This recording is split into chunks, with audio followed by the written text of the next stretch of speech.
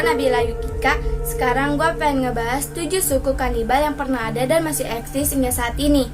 Nah, siapa yang tak bergidik ngeri ketika mendengar kata kanibalisme? Jadi, kata kanibalisme ini adalah praktik manusia memakan daging manusia, guys.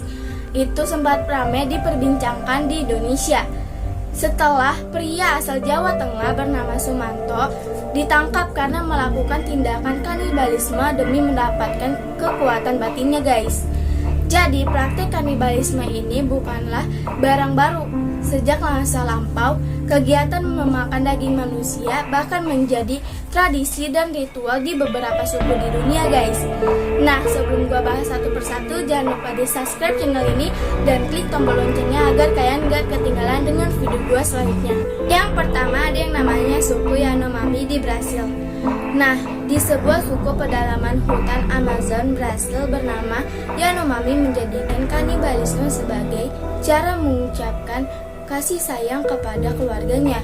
Nah, suku yang diduga bermigrasi dari Selat Bering pada 1500 tahun yang lalu itu memakan jasad orang yang mereka cintai sebagai wujud penghibur, memuliakan orang yang meninggal dan memberi kasih sayang. Jadi, abu dari jasad orang yang mereka cintai akan dimasak menjadi sup bersamaan dengan pisang yang sudah difermentasi dan dimakan oleh seluruh anggota keluarganya. Nah, memakan abu jasad diyakini suku Yanomami dapat membantu orang yang mereka kasihi memasuki surga dan berreinkarnasi. Yang kedua ada yang namanya sekte Aquarisatus di India. Jadi walaupun bukan termasuk suku bangsa tertentu, sekte Aquarisatus patut diperhitungkan sebagai kanibal, guys. Sebab praktik yang mereka lakukan masih berlangsung hingga saat ini. Nah, sekte Aquari memakan mayat manusia dalam berbagai kondisi tanpa terkecuali, guys. Baik segar, buruk, terbakar, ataupun mentah. Jadi untuk menemukan bahan makanannya, sekte Aquari tinggal di tepi sungai Gangga dekat dengan kremasi atau pembakaran manusia. Sekte yang mengklaim dirinya sebagai aliran dari agama Hindu dan menyembah Dewa Siwa tersebut meyakini bahwa memakan mayat manusia yang telah meninggal sebagai puncak dari penyatuan jiwa dengan alam. Tak hanya untuk dimakan, abu mayat hasil kremasi juga kerap mereka gunakan sebagai aksesoris. Salah satunya adalah dengan menaburkannya di seluruh tubuhnya, guys. Yang ketiga ada yang namanya suku Korowai di Papua Nugini. Jadi di Papua Nugini terdapat suku yang konon masih melakukan tindakan kanibal atau memakan daging manusia. Mereka terkenal sebagai suku Korowai. Kabarnya suku Korowai masih mempraktikkan kanibalisme dalam beberapa acara ritual pemujaan mereka. Suku Korowai meyakini bahwa membunuh atau memakan jasad seseorang adalah salah satu cara untuk membalaskan dendam kepada iblis atau koaka yang dianggap mengambil jiwa orang tersebut. Tak hanya memakan daging manusia, suku yang bermukim di rumah pohon yang dibangun sekitar 42 meter di atas tanah itu juga sering dikabarkan menganggap bahwa orang-orang yang berkulit putih sebagai mayat yang bergerak. Mereka percaya bahwa orang yang berkulit putih adalah orang-orang yang dirasuki oleh setan, guys. Yang keempat ada yang namanya suku India di Karibik. Tahukah kalian bahwa kata kanibal pertama kali dimuat dalam catatan sang pelaut ternama Christopher Columbus saat melakukan ekspedisi ke Karibik? Ya, nama kanibal yang dalam bahasa Karibik berarti manusia yang memakan manusia. Ia sematkan. Nah, julukan tersebut ia berikan kepada suku Indian yang mendiami Karibia.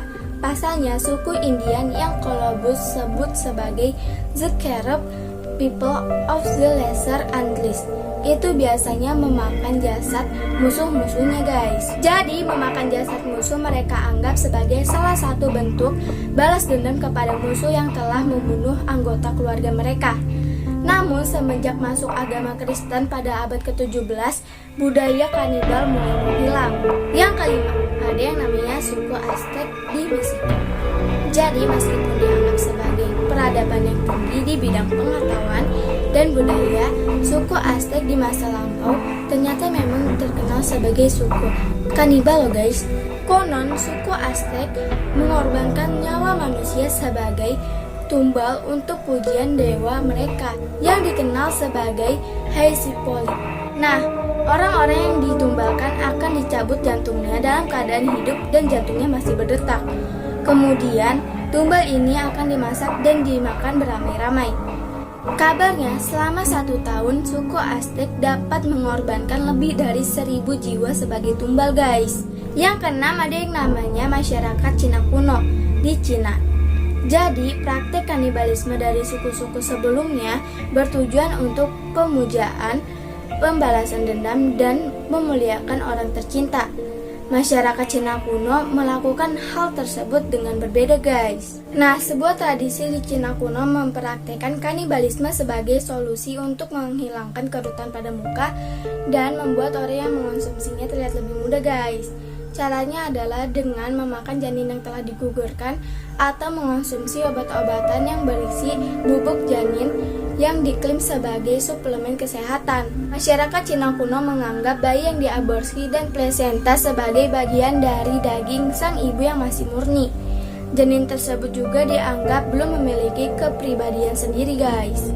Jadi, para ibu zaman Cina kuno percaya bahwa mengonsumsi janin yang telah diaborsi bukan hanya menghilangkan keriput, tapi juga bisa menciptakan bayi baru yang lebih sehat, guys. Yang ketujuh, ada yang namanya suku Amahuacan di Peru. Jadi, suku Amahuacan tinggal di perbatasan Peru meyakini bahwa orang yang meninggal mesti dikonsumsi.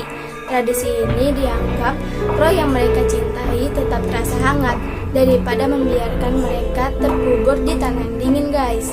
Jadi, kisah kanibalisme suku Amahuacan ditemukan dari catatan milik seorang misionaris yang hendak mengabarkan Injil. Misionaris itu menulis bahwa suku Amahuacan akan memakamkan jasad keluarga atau kerabat mereka selama sebulan hingga membusuk, guys. Nah, jasad yang telah membusuk dimasukkan ke panci besar hingga menjadi abu. Abu itu kemudian ditumbuk hingga halus dan dicampurkan ke dalam tong besar yang terbuat dari pohon yang berlubang. Terakhir, semua akan meminumnya bersama-sama, guys. Jadi, meski terkesan mengerikan, tampaknya setiap suku kanibal memiliki tujuan dan alasan mereka masing-masing ketika melakukan praktek ini. Gimana menurut kalian? Komen ya. Ya, segitu aja informasi dari gua. Jangan lupa di subscribe channel ini dan nyalain loncengnya ya, agar kalian gak ketinggalan dengan video gua selanjutnya. Oke?